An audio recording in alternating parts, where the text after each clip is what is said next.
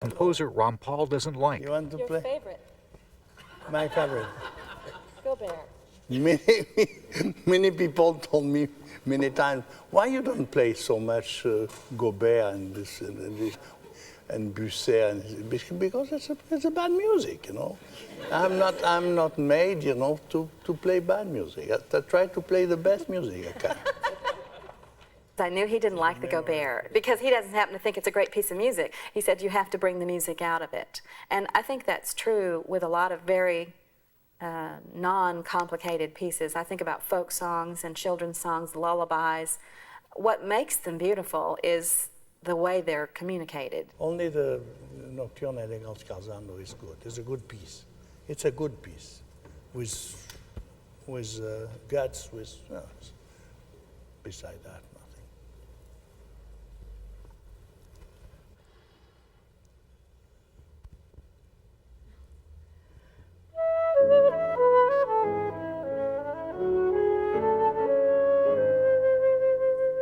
He just kept saying he didn't like it, and that's okay. You know, he still was able to help us with it and able to respond to the way we played it.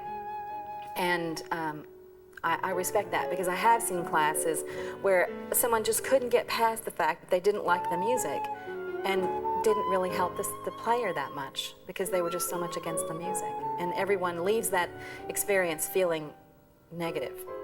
And he didn't do that, so that meant a lot.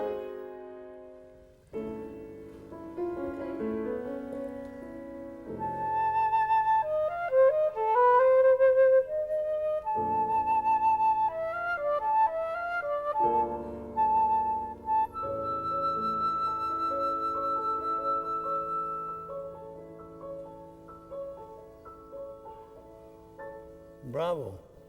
You have beautiful sound. Bravo. And I played the entire C.P.E. Bach sonata, the Hamburger Sonata, and he was very happy to hear me play that. I'm glad I picked Bach because he was wanting some Bach. But I wanted to play that for him because I knew he would have great ideas about how to get that across. This sonata by C.P.E. Bach has been written in 1786. You can imagine? 1786 means that it was written just after the Noce de Figaro. You know, this is a very rare example of somebody, a wonderful composer, was a wonderful composer, Carl Philipp Emanuel Bach, who was just as a refugee in Hamburg, you know. He died in Hamburg, and he was not connected with the other world. It's a beautiful piece. I love this piece. Huh? Allez.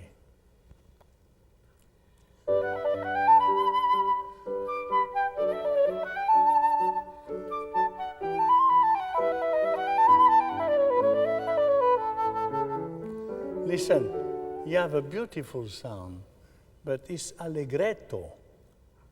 Too slow. Of course it's too slow.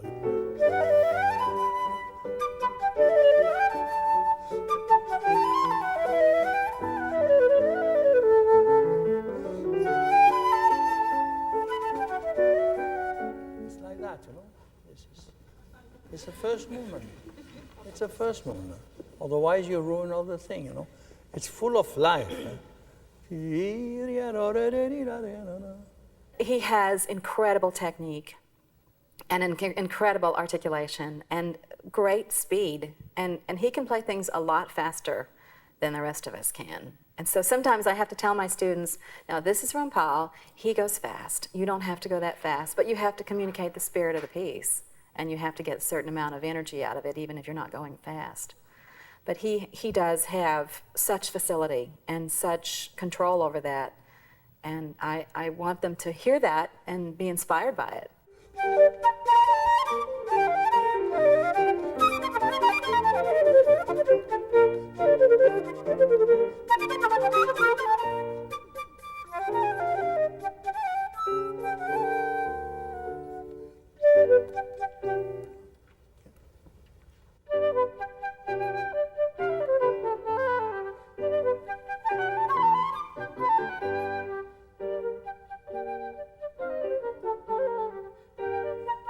Open.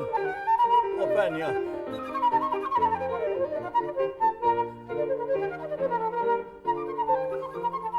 It's better if you... ta. Non, ta. Hein? Deux par deux. Voilà, it speaks much better. That's what's so wonderful about music, is that you can communicate ideas without having to use words. And he sang a lot, or he would just stop and say no and sing something, and then you knew what he wanted.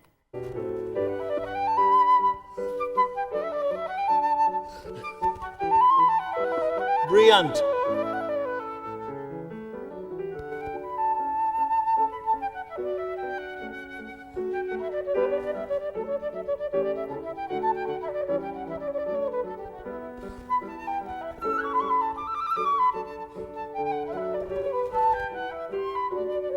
He wanted it to be great, and he helped us take that next step and get to that next level of really excitement and communicating something that would be very effective for the listener instead of just playing a lot of right notes.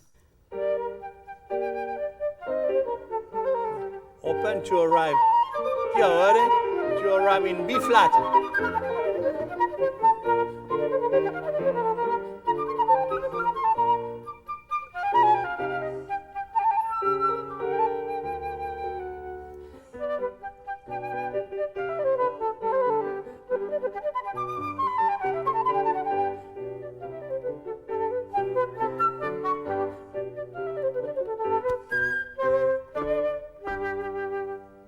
Bravo.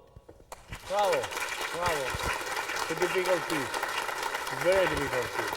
For the breathing, for breathing. Thank you. He was positive and he was complimentary, and he said he liked my sound. He called it fleshy, which I had never heard before, and I asked him what he meant by that, and he just meant, you know, full-bodied, he said meat on it, lots of meat on it. So I like that, and I'll treasure that comment.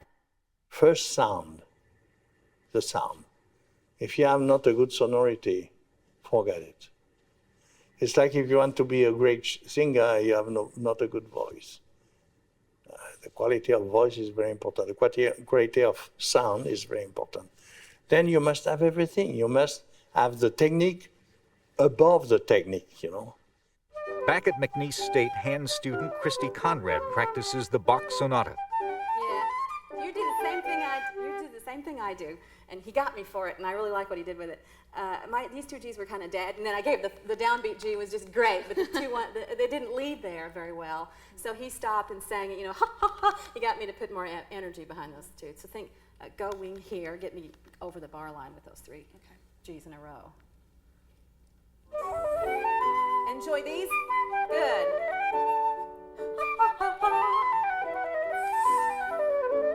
That's it. And then sweeter. That means a lot to me, to know that my students respect the way I play and know that I can hold my own, and that if I go and play for some world-class player like that there will be something positive to say about it. And so they're sort of excited that it was positive, and that he had some nice compliments, and that other people had nice compliments, and that means that their teacher knows what she's doing. So that was good. Hello. Comment vas-tu? As the masterclass resumes, Rampal recognizes his former student in the audience. He hasn't seen Mosello in years and has no idea why she's here. But as his next student plays, Rampal will quickly recognize the impact of his lessons 20 years ago. Les Folies d'Espagne et la sonatine de Dutilleux par Zinaya Montemayor. Oh, I'm probably going to blank out up there. Just being next to this man is just it's just amazing. I'm just kind of in shock right now. Hi. You want to start with what? But when she got up to play, I must tell her now that I was, my palms were sweaty, my lip was shaking. Every time she took a breath, I was taking it with her.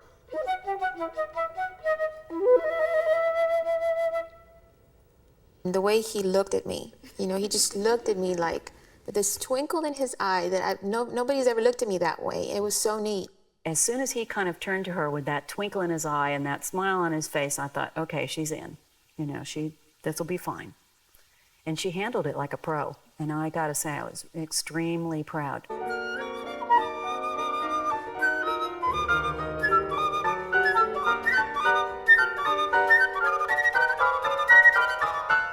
Bravo.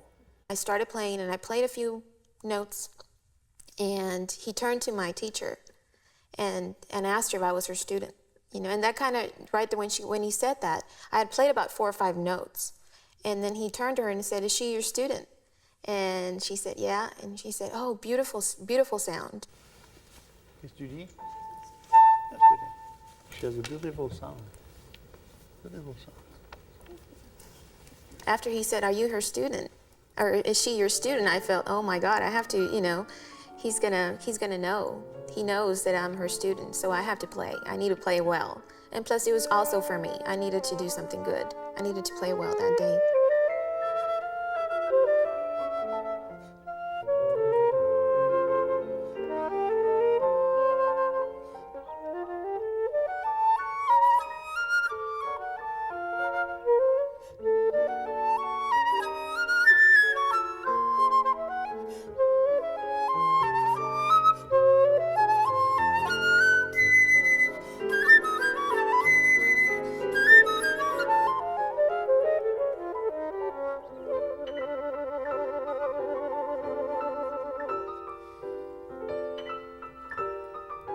I felt like he really liked the way I played.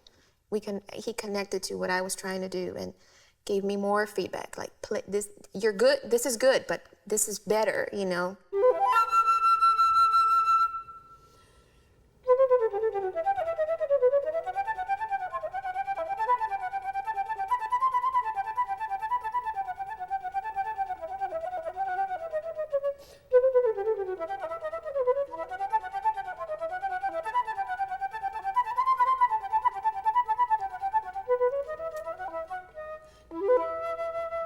Okay, your double is a little weak, you know. It's a little.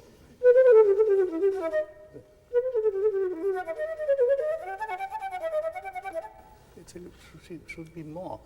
Did you practice the scale on the second syllable? With that one piece where he really got me, the Moran Murray, he had a lot more to say there, and that's one of my pieces I played in my senior recital. And I think out of all of them, that was my most difficult. And at first I thought, oh, this is easy. I can play this, you know.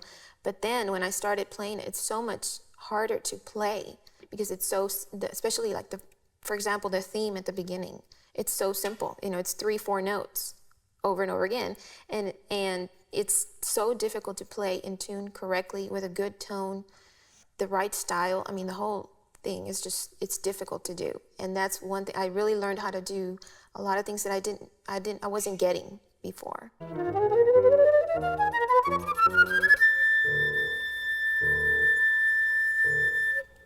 Double tonguing, huh? This is your mistake, huh?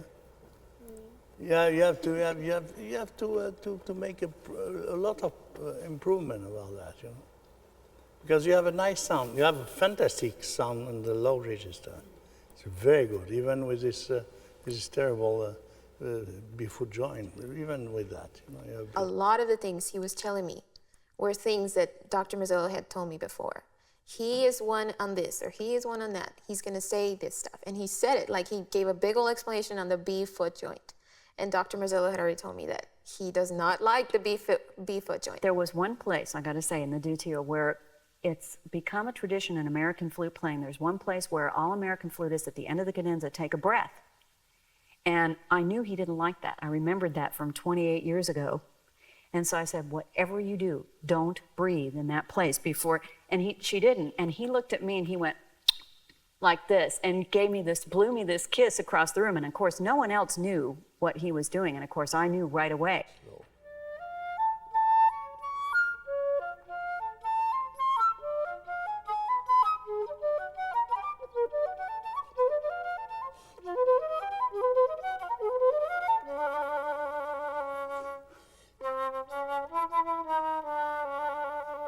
keep diminuendo.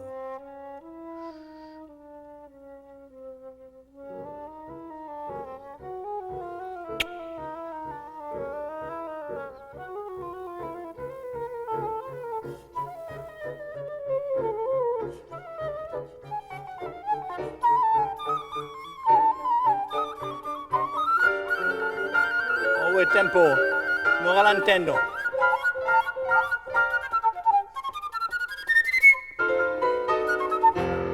Bravo! Bravo! My God, you know, it's the first time I hear in America somebody plays in the good tradition of this sonatine, you know.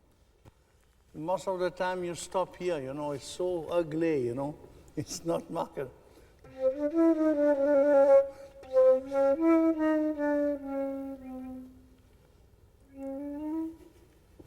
Completely idiot. He smiled several times over at me and winked, and then when she finished playing, he came over and spoke in French to me so that, you know, it wasn't to everyone else, and I said, well, how do you think she played? And he said, she has some problems with her tonguing, but in 1 week it will be better, and she plays very well. So I felt pretty convinced that he was happy with the results, so it's great. After class, Rampal meets Mosello's other students. Alicia, Okay? Danette, Amy, and Amy. Hello. Ah, you didn't change, eh? I didn't change? No. I look the same? You didn't change. Back in Texas, Rampal's greatness will live on in these two generations of students.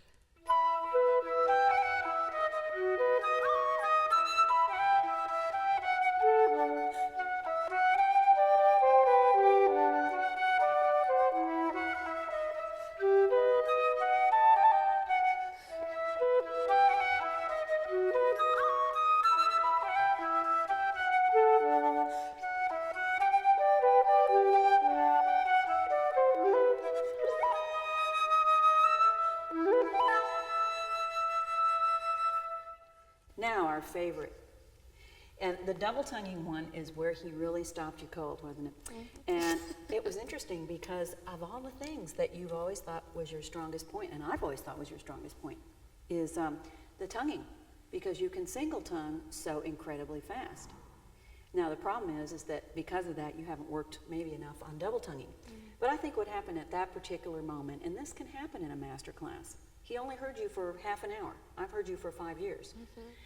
Is that you got what I call the zugga-zuggas right there, where the fingers and tongue just didn't quite get where you wanted them to get, and you might have been a little tired by that time. And he said in the master class, I practiced when I was young, and not right now, you know. It's when now is the time to do it. I think that's one thing that's going to stick a lot, to do it now. Now is the time. I hope that I will bring them a little, the maximum of love for music. This is the most important thing. Love is the most important thing. If you love music, and if the public who are listening you, they feel your love for music, it's okay. What you can ask more.